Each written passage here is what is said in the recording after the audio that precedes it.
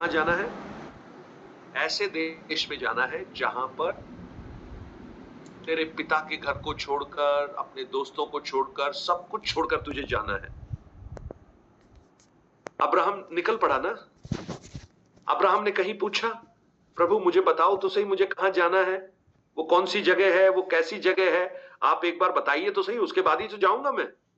आप नहीं बताएंगे तो कैसे जाऊंगा मैं। लेकिन उसने विश्वास किया।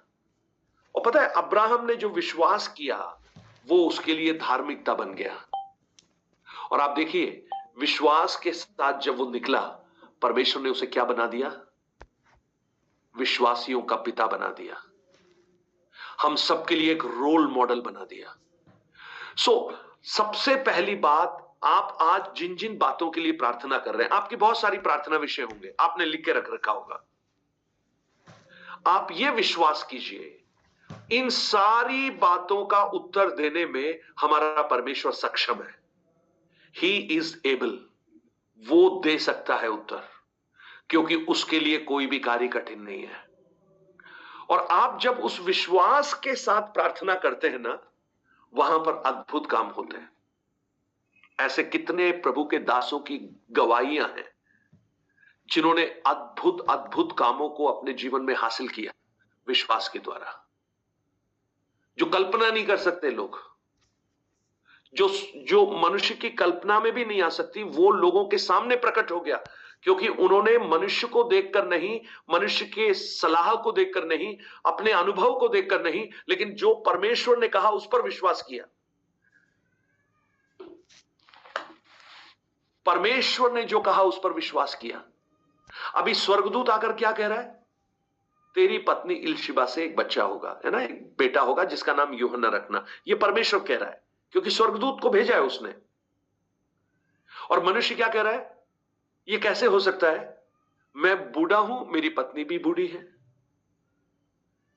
तो आज से करीब 2020 साल पहले उस घटना को अगर आज आप आपके जीवन से उसकी तुलना करें, तो आप मुझे बताइए, परमेश्वर आपको कुछ कह रहा है, वो कैसे कहेगा आपको?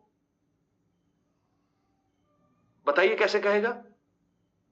वचन से, क्योंकि वचन के द्वारा, वचन के द्वारा, वचन के द्वारा वो कुछ कह रहा है ना। हाँ, कई सारे तरीके हैं, लेकिन प्राथमिक तरीका वचन के द्वारा। आप मान लीजिए, आप बहुत आर्थिक तंगी से गुजर रहे हैं और आपको बहुत फाइनेंशियल स्ट्रगल है, और वहां पर परमेश्वर कहता है, आपको वचन पढ़ा आपने, निर्गमन 16 अध्याय पढ़ा, जहां पर परमेश्वर रोज उनको मन्ना दे रहा है, सुबह से मन्ना दे रहा है। अब हर दिन का मन्ना उनको मिल रहा है, यह वचन आपको मिला, और आप अपने रोजमर्रा के जीवन की आवश्यकताओं के लिए स्ट्रगल कर रहे हैं, और यह वचन आपको मिला कि परमेश्वर हर दिन की आवश्यकताओं को पूरा करने वाला है। अब आप किस पर विश्वास करेंगे? आपकी परिस्थितियां कह रही हैं कि भैया बहुत मुश्किल है, आज तो आज का डिनर भी मुश्किल है, कल के बारे में सोच के भी घबराहट होती है। लेकिन प्रभु कहता है, मैं तेरी आवश्यकता को जानता हूं, तेरी हर जरूरतों को मैं पूरा कर सकता हूं।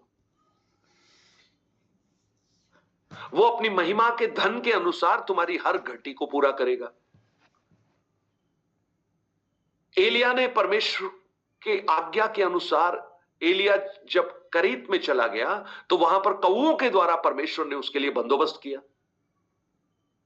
अब्राहम जब उस पर्वत के ऊपर था, मोरिया के ऊपर, वहां पर एक मेमने को परमेश्वर ने वहां पर भेज दिया, यहोवा यारे बन गया।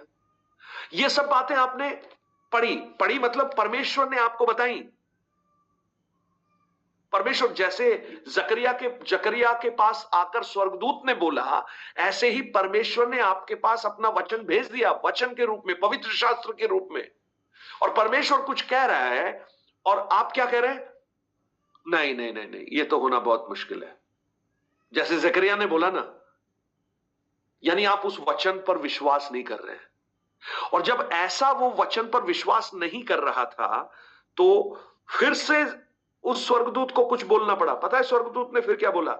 मैं जिब्राइल हूं, उसके 19 वचन में लिखा है, और ये शुभ समाचार देने के लिए मैं तेरे पास आया हूं। प्रियो, हम कई बार परमेश्वर के बड़े कामों को हमारी तर्क शक्ति से, हमारी विचारों से, हमारे अनुभवों से, हमारे अविश्वास के कारण उन कामों को रोक देते हैं। लेकिन अगर हम ये विश्वास करें कि प्रभु ने जो कहा है वो पूरा होकर रहेगा, चाहे आकाश और पृथ्वी भी इधर से उधर हो जाए, लेकिन उसका वचन कभी नहीं टलेगा, ये भरोसा अगर हमारे अंदर है, तो आप बड़े बड़े चमत्कारों को देखेंगे, बड़े बड़े कामों को देखेंगे। अब हम ये कहेंगे, अरे हमें तो विश्वास है, लेकिन हमारा विश्वास हमको मालूम है कितना है। औरों के लिए हम जब प्रार्थना करेंगे, हम उनको जाके सांत्वना देंगे, बहन प्रभु चंगाई दे सकता है, प्रभु अद्भुत काम करता है। लेकिन वही बहन जो लोगों को सांत्वना दे रही थी, थोड़ा सा सिरदर्द होते ही उसका फ्यूज पूरा डाउन हो जाता है। उसको ऐसा लगने लगता है कि मेरी प्रार्थना से प्रभु दूसरों के लिए तो काम करेगा, लेकिन मेरे लिए काम करेगा या नहीं करेगा ये मुझे नहीं मालूम। हम दूसरों के सामने बड़े हियाब के साथ जाते हैं, उनको पूरा भरोसा दिलाते हैं, देखो प्रभु अद्भुत कर सकता है, प्रभु चमत्कार कर सकता है, आप क्यों चिंता कर रही हो, क्यों परेशान हो रही हो। लेकिन ये जो प्रोत्साहन देने वाली बहन या भाई हैं, उनके जीवन में जब थोड़ी सी समस्या जब आती है तो उनका गुब्बारा पूरा पिचक जाता है। लेकिन आज प्रभु क्या कहना चाहता है कि हम विश्वास करें उस परमेश्वर पर जो हमारे लिए अद्भुत कामों को कर सकता है। इसलिए सबसे पहले क्या करना, प्रार्थना जब करना तो क्या करना, विश्वास करना। आज हमने बहुत सारी प्रार्थनाओं को किया है। आपको विश्वास है कि प्रभु प्रार्थना को सुनकर उत्तर देगा? मैंने आपको एक कहानी बताई थी, आपको याद होगा, बड़ी अच्छी कहानी है, फिर से दोहरा रहा हूं, पुरानी है लेकिन आपने सुनी भी होगी, कुछ लोगों ने नहीं सुनी। एक बड़ी कलीसिया थी, बहुत अच्छे से वो कलीसिया चल रही थी, वहां पर विश्वासी लोग आते थे और बड़े आराधनाएं होती थी वहां। उसके पास में एक खाली प्लॉट था, एक खाली जगह थी। तो अचानक कलीसिया में जब आराधना चल रहा था तो लोगों ने देखा वहां पर कुछ कंस्ट्रक्शन शुरू हो गया है। लोग आ गए, जमीन नाप रहे हैं, कुछ काम वाम चलना शुरू हो गया है। तो लोगों ने पूछताछ की कि भाई क्या बन रहा है यहां पर। तो पता लगा शराब की दुकान बन रही है। ये बड़े पास्टर को जाके बताया, पास्टर साहब अपने चर्च के पड़ोस में शराब की दुकान बन रही है। लेकिन कई विश्वासी बड़े खुश भी थे इस बात से, क्योंकि दूर जाने की जरूरत नहीं है अब। हेलो, ऐसे विश्वासी हैं आपको पता है? हाँ ऐसे हैं, आप चिंता मत कीजिए, ऐसे आपको मिल जाएंगे, आपके चर्च में भी मिल जाएंगे। उनके लिए खुशी का माध्यम। तो पास्टर बड़े व्याकुल हो गए, बोले ये क्या करें, आप कैसे करें। उन्होंने जाके उनके जो ओनर थे उनसे मिले, उनसे बात की, कहा भाई ये देखो ये चर्च है, यहाँ पर प्रार्थनाएं होती हैं और ये शराबी लोग अगर शराब पियेंगे, यहाँ पे झगड़ा करेंगे तो बड़ा मुश्किल हो जाएगा हमारे लिए, आप कृपया आप ये यहां ना बनाएं। तो उन्होंने कहा भाई हम तो इतना पैसा देके हमने जमीन खरीदा है, हमारा प्रोजेक्ट है, हम तो ये करके रहेंगे, आप चाहे कुछ भी करें। तो पास्टर ने कहा हम प्रार्थना करेंगे कि आपका ये ना बने। तो बोले आप कुछ भी करो, हमको कोई फर्क नहीं पड़ता, हम तो बनाएंगे। अब पास्टर साहब ने बड़े विश्वास के साथ कलीसिया में इस बात को रखा, बोला हम उपवास के साथ प्रार्थना करेंगे, 21 दिन का उपवास करेंगे, परमेश्वर इस कार्य को रोके, क्योंकि हमारे लिए ये बहुत ही हानिकारक होगा और समाज के लिए हानिकारक होगा। इन्होंने विश्वास के साथ, जो लोग विश्वास करने वाले थे, प्रार्थना करना शुरू किया, उपवास करना शुरू किया। उपवास शुरू हो गया, 14 दिन हो गए उपवास को। 15वें दिन जब ये सुबह प्रार्थना करने के लिए चर्च में आए तो देखा वो जो बिल्डिंग काफी बन चुकी थी वो जल के राख हो गई, पूरी जल गई। अब इनको लगा ये क्या हुआ, ये खुश भी हुए, लेकिन इनकी खुशी ज्यादा समय तक नहीं रही, क्योंकि पुलिस आ गई चर्च में। पुलिस आई तो ये घबरा के क्या हुआ, बोले चलो पास्टर और विश्वासी सब चलो यहां से, आप लोगों के खिलाफ केस दायर हुआ है कि आप लोगों ने प्रार्थना करके उस बिल्डिंग को जला दिया। अरे बड़ा केस, बड़ा वो हो गया, वो कोर्ट में चले गए। जज साहब खड़े, एक तरफ जज साहब बैठे हैं, एक तरफ शराब की दुकान वाला खड़ा है, एक तरफ पास्टर और विश्वासी खड़े हैं। तो जज ने पूछा शराब की दुकान के ओनर से, हाँ आपकी कंप्लेंट क्या है, क्या हुआ था। बोले सर हमने ये जमीन खरीदी थी और हमने सारी सरकार के नियमों को मानते हुए हमने शराब की दुकान खोलने का निर्णय किया और हमने बनाना शुरू किया, लेकिन हमारे इस बनाने से ये कलीसिया के लोग खुश नहीं थे। इन्होंने आकर हमसे कहा है ये काम रोक दो। तो हमने कहा हम हमने तो इतना इन्वेस्टमेंट कर दिया, हम नहीं रोक सकते। तब इन्होंने कहा कि हम प्रार्थना करके तुम्हारा काम रुकवा देंगे। और जज साहब ये पिछले 14 दिन से प्रार्थना कर रहे हैं, ये उपवास कर रहे हैं, और इस वजह से मेरी दुकान कल रात को जल गई। अब जज साहब ने सुना तो पास्टर और विश्वासी थे, उनसे पूछा भाई आप लोगों ने क्या किया? तो पास्टर और विश्वासी, हमने कुछ नहीं किया, ये हमको नहीं पता ये कैसे जली है, ये अपने आप जली होगी, हमने कुछ नहीं किया। तो जज साहब बोले भाई इसमें विश्वास करने वाला तो मुझे लगता है ये शराबी, जो शराब का दुकान का ओनर है, उसको ज्यादा विश्वास है, आपको विश्वास नहीं है। क्योंकि आप कह रहे हैं आपने कुछ भी नहीं किया, लेकिन जो चर्च भी नहीं आता वो ये कह रहा है कि इनकी प्रार्थना और उपवास ने दुकान को जला दिया। तो विश्वास किसको ज्यादा है, आपको या इनको? कई बार हमारा विश्वास भी ऐसा होता है, समझ में आ रहा है ना? यानी उस व्यक्ति को ये विश्वास है कि इनकी प्रार्थना और उपवास ने ये काम किया है, और पादरी साहब और जो विश्वासी है वो कह रहे हैं हमने कुछ नहीं किया, हमने तो सिर्फ प्रार्थना की, हमको कुछ नहीं पता। हम कितना विश्वास करते हैं प्रियो? आज हो सकता है आप कई सारे विषयों के लिए प्रार्थना कर रहे हो, और प्रार्थना में बहुत कठिन कठिन विषय आपके सामने हो। आपके बच्चों के भविष्य की चिंता हो, आपके भविष्य की चिंता हो, आपकी आर्थिक बातों की चिंता हो, कल के बारे में समस्याएं हो, आत्मिक रूप से परेशानी में हो, अलग अलग कारणों से आप व्याकुल और परेशान हो, और आप उन बातों के लिए प्रार्थना भी कर रहे हो, लेकिन फिर भी आपके अंदर विश्वास पैदा नहीं हो रहा। आज प्रभु का वचन आपसे कहता है जब तुम प्रार्थना करो तो ये प्रतीति कर लो, ये मान लो, ये विश्वास कर लो कि जिन बातों के लिए तुम प्रार्थना कर रहे हो वो तुम्हारे लिए हो गई हैं। आज से बोलना शुरू करो, जो बातें आपने प्रभु के सामने रखी है ना, उसको बोलना शुरू करो कि वो मेरे लिए हो गई है। प्रभु धन्यवाद, आपने मेरी नौकरी दे दी, धन्यवाद आपने मेरे लिए रास्ते खोल दिए, धन्यवाद आपने जो बंद दरवाजे थे वो आपने खोल दिए। लोग आपसे पूछेंगे कैसे खुले भाई, दिखाई दे रहा है? तो आप बोलना आपको नहीं दिखाई दे रहा, लेकिन मुझे दिखाई दे रहा है, क्योंकि जो आप नहीं देख सकते मैं विश्वास की आंखों से देख सकता हूं। बस ये है कि जो मुझे दिखाई दे रहा है थोड़े दिन बाद वो आपको भी दिखाई देगा, तब आप उसे बोलेंगे कि हां इसने विश्वास किया था उस प्रभु पर। विश्वास कीजिए कि प्रभु प्रार्थनाओं को सुनता है और आपके विश्वास के ऊपर कार्य करता है, क्योंकि विश्वास बिना परमेश्वर को प्रसन्न करना अनहोना है।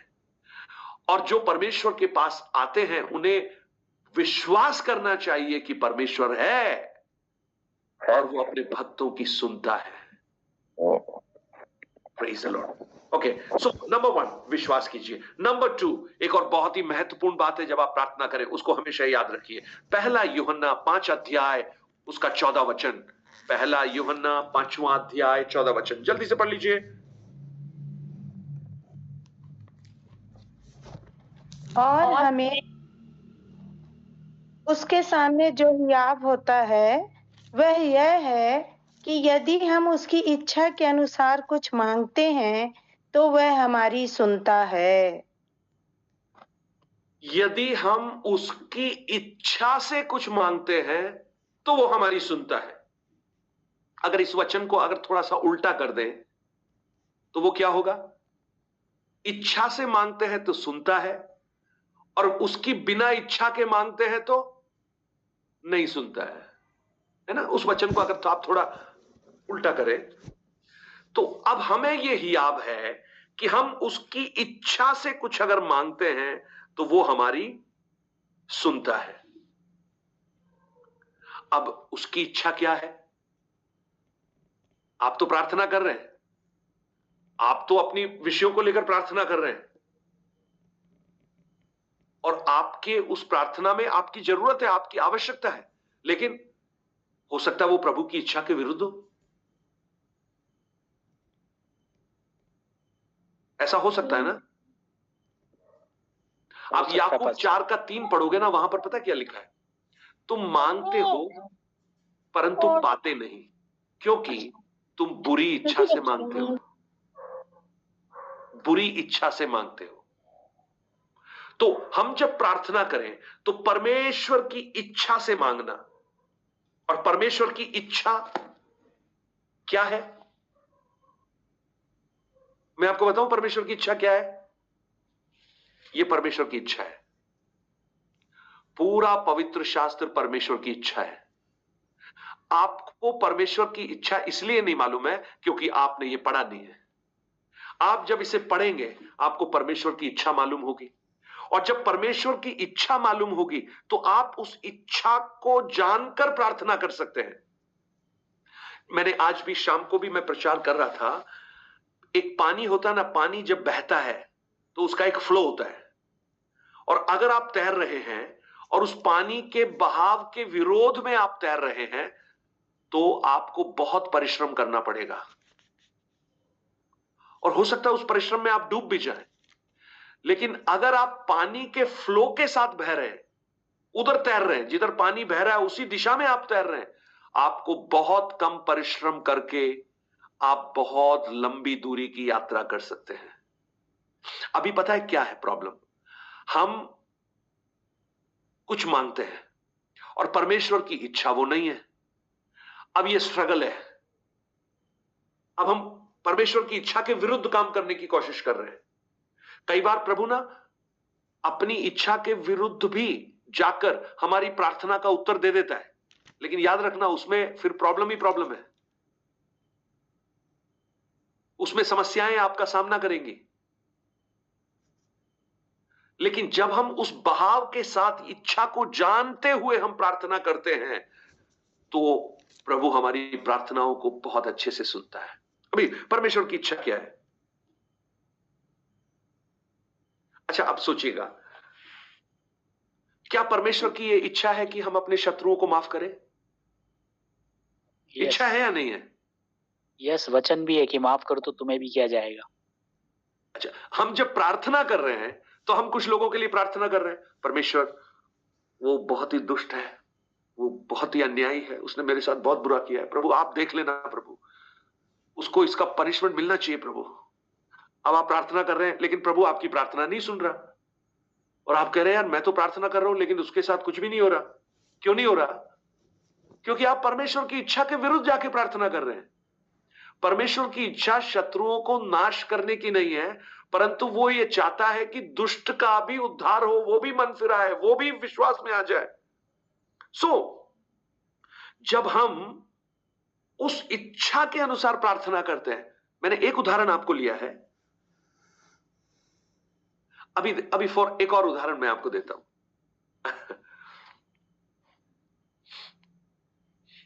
आज हम प्रार्थना कर रहे हैं, आज मैं उदाहरण दे रहा हूं, आप सुनिएगा।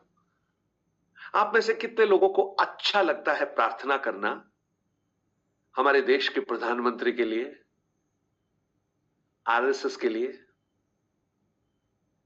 जो मसीह लोगों का विरोध करते हैं उनके लिए? कितने लोगों को मन से इच्छा होती है कि हम उनके लिए प्रार्थना करें? या हम ये हमारे मन में कटता है, देखो उन्होंने कितना मतलब गलत काम कर रहे हैं ये लोग, प्रभु कई लोग तो मैंने सुना है प्रार्थना करते हुए, देखा है, प्रभु उनको नष्ट करना, प्रभु आप उनके मंसूबों को पराजित करवा देना, उनके ऊपर दंड की आज्ञा देना, और कुछ हो नहीं रहा है। जानते क्यों?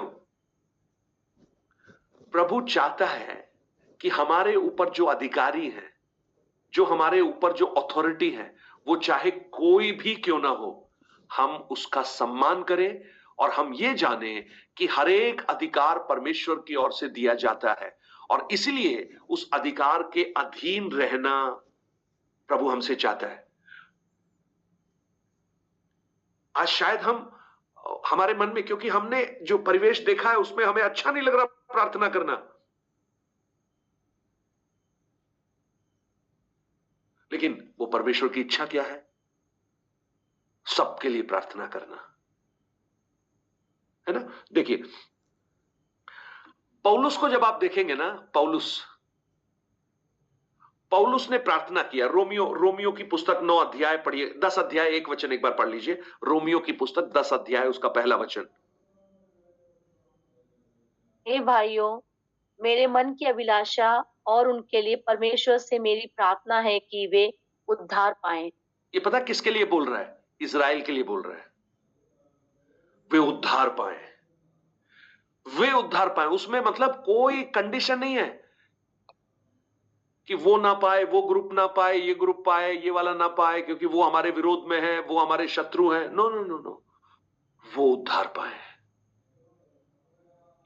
और ये परमेश्वर की इच्छा भी है। परमेश्वर की इच्छा है कि सबका उद्धार हो। सो जब हम परमेश्वर की इच्छा के साथ अलाइन होकर प्रार्थना करते हैं, प्रभु हमारी प्रार्थना को सुनता है। प्रभु हमारी प्रार्थना पर कान लगाता है। अभी एक और वचन पढ़िए, कोलोसियों 4 अध्याय उसका 2 वचन। कोलोसियों की पुस्तक 4 अध्याय 2 वचन।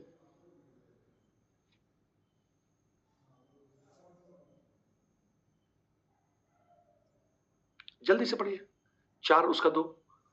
जी, प्रार्थना में लगे रहो और धन्यवाद के साथ उसमें जागृत रहो। कैसे जागृत रहो? धन्यवाद के साथ।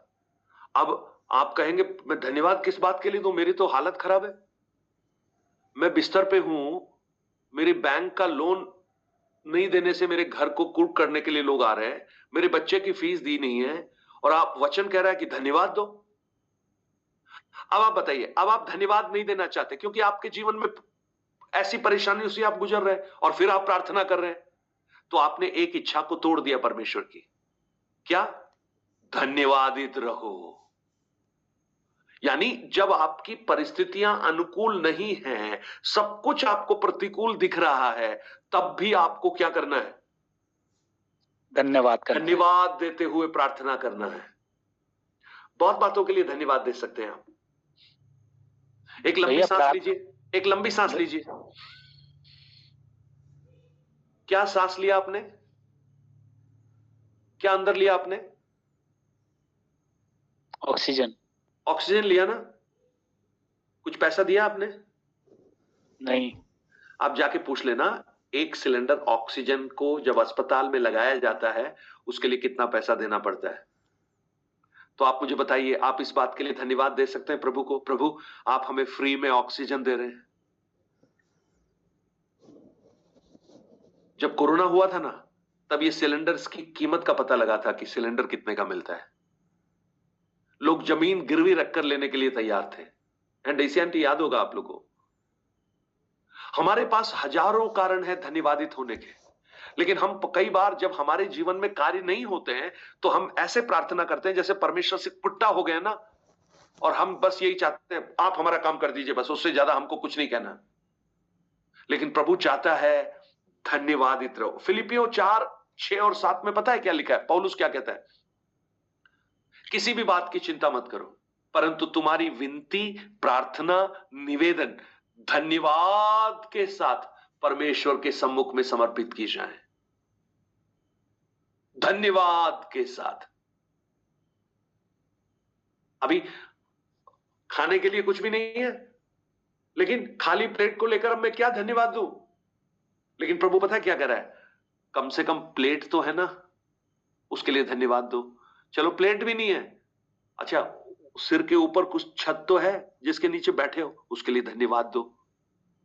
चलो वो छत भी नहीं है, प्रभु बोलेगा तू जिंदा तो है ना, ये कहने के लिए धन्यवाद प्रभु, मुंह खुल रहा है ना, उसके लिए धन्यवाद दो। आप कितनी धन्यवाद दे सकते हैं? यानी जब आप थैंक यू बोल रहे हैं ना, तो परमेश्वर ये समझता है इस बात को कि देखो इसके जीवन की प्रतिकूलतम परिस्थितियों में भी ये मुझे थैंकिंग कर रहा है, मुझे धन्यवाद दे रहा है। आपकी छोटी से छोटी चीजों के लिए भी आप धन्यवाद दीजिए। ये धन्यवाद देना बहुत बहुत ही एक अच्छी आदत है, लेकिन हमारे भारत में ये थैंक यू बोलना एक बड़ा अजीब सा लगता है। पत्नी चाय लेके आ रही है तो कौन पति बोलेगा धन्यवाद? बोलेगा अरे ये तो उसको करना ही है, इसमें कोई बड़ी बात थोड़ी है।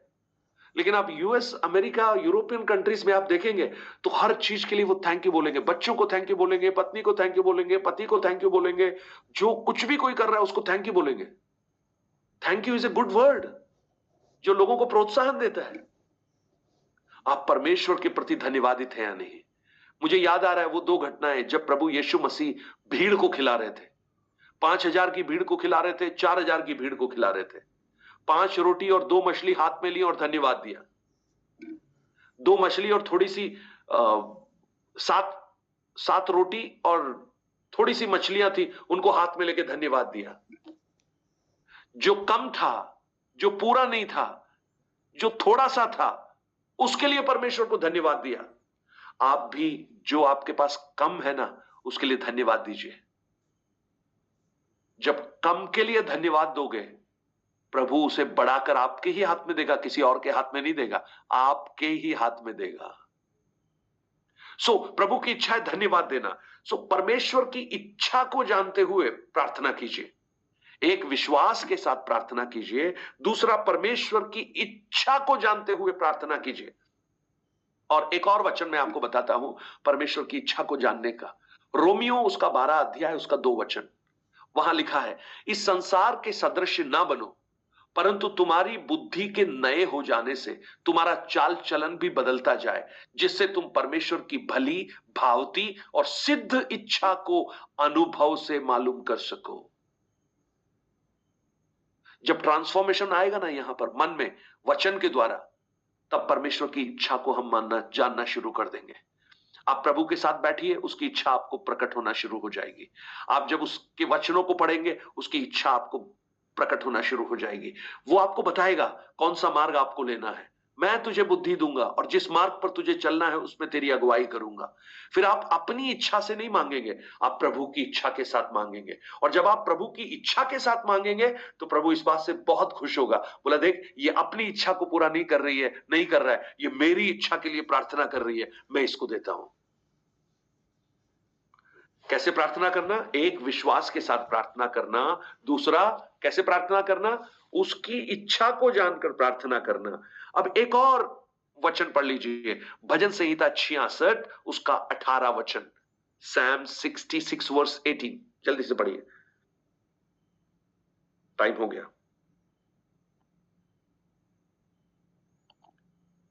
यदि मैं मन में अनर्थ की बात सोचता तो प्रभु मेरी ना सुनता। हाँ, यदि मेरे मन में अनर्थ होगा तो प्रभु सुनेगा, लिखा है ना वहां पर। यदि मैं अनर्थ सोचता तो प्रभु मेरी नहीं सुनता। अब मन में अनर्थ सोचना, अब आप मन में क्या सोच रहे हैं किसी मनुष्य को पता नहीं है। आप हो सकता है आपके सामने बैठे हुए को बड़ी अच्छी अच्छी बातें बोले, लेकिन मन में क्या है? अनर्थ है। और अनर्थ लेकर आप प्रार्थना करेंगे, प्रभु सुनेगा आपकी प्रार्थना को। क्या लिखा है मत्ती 5 के 23-24 में? यदि तेरे भाई के मन में तेरे विरोध में कोई बुरे विचार है तो अभी प्रार्थना करने की बजाय क्या कर, पहले जाकर उससे मेल मिलाप कर, फिर आकर भेंट को वेदी पर चढ़ा, तब मैं तेरी भेंट को स्वीकार करूंगा। बहुत सारी प्रार्थनाओं का उत्तर इसलिए नहीं मिलता क्योंकि हम बुरे विचारों के साथ प्रार्थना करते हैं। अभी एक सासू मां प्रार्थना कर रही है, और प्रार्थना जब कर रही थी तो अचानक अंदर से आवाज आई, बहू वो कुछ बना रही होगी खाना, हाथ में से कोई प्लेट टूट गई और टूटने की आवाज आई। अभी तक वो प्रार्थना कर रही थी, धन्यवाद प्रभु, अच्छे दिन के लिए धन्यवाद। और जैसे ही वो आवाज सुनी और उसको समझ में आ गया कि वो तोड़ा है, तो वो अपने मन में प्रार्थना तो कर रही है, धन्यवाद प्रभु, धन्यवाद धन्यवाद, देख लूंगी अभी प्रार्थना जैसे ही खत्म करूंगी उसके बाद देखती हूं मैं उसको, उसके बाद मैं बताऊंगी उसको। और अभी प्रार्थना कर रही है और मन में क्या है? बस ये खत्म हो जाए एक बार, उसके बाद मैं देखती हूं, उसके बाद मैं उसको बताऊंगी। आप मुझे बताइए, ऐसे विचारों को लेकर एक प्रभु चाहता क्षमा करे, फॉरगिव, बुरे विचारों को हटाकर, किसी के प्रति द्वेष तो उसको हटाकर फिर प्रार्थना कीजिए। वो प्रभु की इच्छा है। प्रभु की इच्छा पतरस ने जानने की कोशिश की, प्रभु क्या मैं 7 बार क्षमा करूं? पतरस को बोला 7 के 70 गुना क्षमा कर। आप जब क्षमा करके प्रार्थना करेंगे ना, प्रभु कहेगा ये मेरी इच्छा के अनुसार प्रार्थना कर रही है। आपके लिए किसी ने कोई बहुत बुरा किया है, आपको किसी ने हानि पहुंचाई है, हो सकता है आपकी प्रॉपर्टी के ऊपर उसने कब्जा कर लिया, हो सकता है उसने किसी और चीजों पर आपका दबा के रखा है, लेकिन आप क्षमा कीजिए, प्रार्थना कीजिए, प्रभु आपके लिए अद्भुत रास्तों को खोलेगा, आप कल्पना भी नहीं कर सकते। हमारे जीवन में मेरी मम्मी के साथ एक घटना हुई थी, मैंने शायद बताया था आपको। हमारा एक घर था अलवर में, अलवर यहां से करीब 150 किलोमीटर दूर है। और वो घर हमने हमारे मौसाजी को रहने के लिए दिया। खास मौसाजी थे, उन्होंने उस पर कब्जा कर लिया और उन्होंने उसके फर्जी डॉक्यूमेंट भी बनवा लिए, अलवर में न्यूज़पेपर में डालकर पता नहीं क्या क्या किया, सब कुछ करवाकर एक दिन उन्होंने काम भी शुरू कर दिया वहां। हम लोग जयपुर में रह रहे हैं, हमें कुछ नहीं पता, वो अलवर में थे। वो काम जब शुरू हुआ तो मेरे एक दोस्त ने बोला, अरे आपके घर में कुछ काम करवा रहे हैं क्या आप? मैंने कहा नहीं, कुछ भी नहीं करवा रहे। बोले नहीं, काम चल रहा है। तब हमें पता लगा, हम जब गए तो वो कहते ये तो हमारा घर है। मैंने मम्मी को कहा, मम्मी आपकी बहन है, आप उनसे बात करो। उनसे बात किया तो वो बोलते हैं कि नहीं देखो, वो छोटा करता, 18 लाख रुपए की कीमत थी उस समय उसकी। बोला मुझे इसका आधा चाहिए, 9 लाख रुपए अगर दोगे तभी मैं इसको आपके नाम से करूंगा। हम मेरे दोस्तों ने बोला कि मैं अभी खाली करवा देता हूं इनको, इनका सामान ट्रक में डाल के ऐसी जगह छोड़ के आएंगे, दोबारा कभी वापस भी नहीं आ सकते। मैंने कहा कुछ नहीं करना। सच में कुछ नहीं किया, हमने 9 लाख रुपए दिए उनको। उसके बाद वो घर शीलू के नाम से रजिस्टर्ड हुआ। और जब ये हो गया, इसके 2-3 महीने के बाद ही, मतलब 18 लाख की कीमत है उसकी, हमारा जो घर का जो बिल्कुल पड़ोस वाला है उसका फोन आता है। वो कहता भैया वो घर बेचना है क्या आपको? मैंने कहा हम तो सोच रहे हैं बेचने के लिए। तो बोले कितने में बेचना है? तो मुझे पता है कि 18 लाख की कीमत है, शायद 18 भी नहीं देगा, उससे भी कम बोलेगा। तो इसलिए मैंने कहा आप ही बता दो कितने में देना है, कितने में लेना है। तो कहता देखो मैं 30 लाख से ज्यादा नहीं दे सकता। आपको समझ में आ रहा है?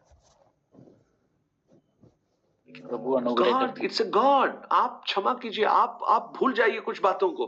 परमेश्वर आपका न्याय करना शुरू करेगा, परमेश्वर आपके लिए काम करना शुरू करेगा। हम कई बार हम काम कर लेते हैं, इसलिए परमेश्वर को काम करने का मौका नहीं देते। एक बड़ा खूबसूरत सा अभी मैंने एक वीडियो देखा, बहुत अच्छा वीडियो था। हाँ, देखता हूं मैं, अगर हुआ तो मैं भेजूंगा आपको। एक भिखारी था, वो बैठा हुआ है, भीख मांग रहा है। तो एक लड़की है जो हमेशा आती है उधर से उसको भीख देती है।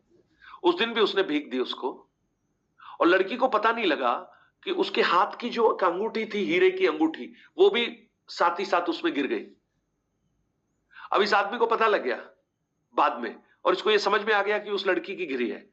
लेकिन इसके मन में ऐसा आया कि मैं इसको बेच देता हूं क्योंकि पैसा मिलेगा मुझे। जब वो लेके गया बेचने के लिए, तो दुकानदार ने उसको देखा, बहुत ही अच्छा था, बोला मैं तुम्हें $4000 देता हूं इसके। बड़ी राशि है, करीब 3.5 लाख रुपए। इसने पैसे, वो जब पैसे गिन के इसके सामने रखे, अचानक से इसके मन में एक विचार आया, मैं ये गलत कर रहा हूं, मुझे ऐसा नहीं करना चाहिए, उस लड़की को मुझे ये वापस देनी चाहिए। और वो जब पैसे लेकर आया तो इसने बोला मैंने अपना मन बदल लिया, मैं इसे नहीं बेच रहा हूं। ये वापस लेकर उस लड़की को ढूंढ ढूंढ के उसके पास पहुंच गया, उसको वापस दिया। और ये लड़की बहुत हैरान हो गई, रोने लग गई जब इसको ये अंगूठी मिली। उसने कहा कि ये आपने मुझे वापस कैसे दी, ये तो बहुत कीमती है, आप सड़क पे रहते हैं, आप अगर इसको बेच के कुछ करते तो शायद आपके लिए बहुत कुछ सहारा था वो। लेकिन इसने कहा कि मेरे मन ने नहीं माना, मेरे मन में किसी ने मुझे सिखाया था, तुम जब दूसरों के लिए भला करोगे तो वो भलाई आपके पास वापस लौट के आएगी। और उस लड़की ने उसको ले लिया, इसको थैंक यू बोला। तो उसकी एक फ्रेंड भी उसके साथ थी। जब उसने ये देखा तो उसने इस लड़के से कहा, अरे ये भिखारी, इसने ऐसा किया तुम्हारे साथ, क्यों ना हम इनके लिए कुछ फंड रेज करते हैं।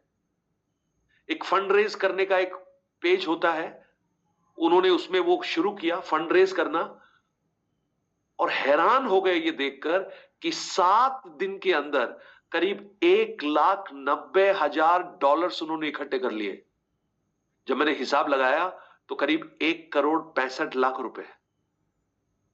और कहां वो 3 लाख रुपए में संतुष्ट हो रहा था। लेकिन जब उसने उसको वापस करने का निर्णय किया, आप देखिए कितना बड़ा कार्य उसके जीवन में हुआ। कई बार हम कई बातों को परमेश्वर के हाथ में नहीं छोड़ते, हम खुद करना चाहते हैं, हमारे विचार बुरे हो जाते हैं। लेकिन प्रभु कहता है उन विचारों को हटाकर प्रार्थना करो, सबकी भलाई के लिए प्रार्थना करो, जो शत्रु है उनके लिए भी प्रार्थना करो।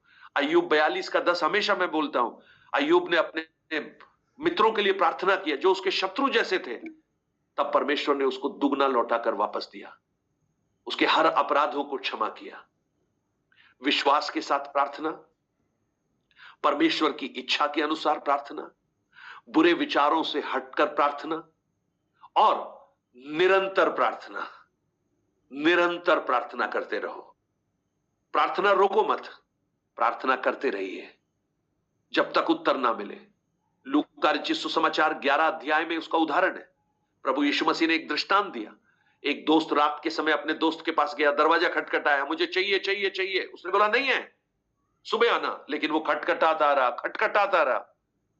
लास्ट में दोस्त ने आकर उसको दिया।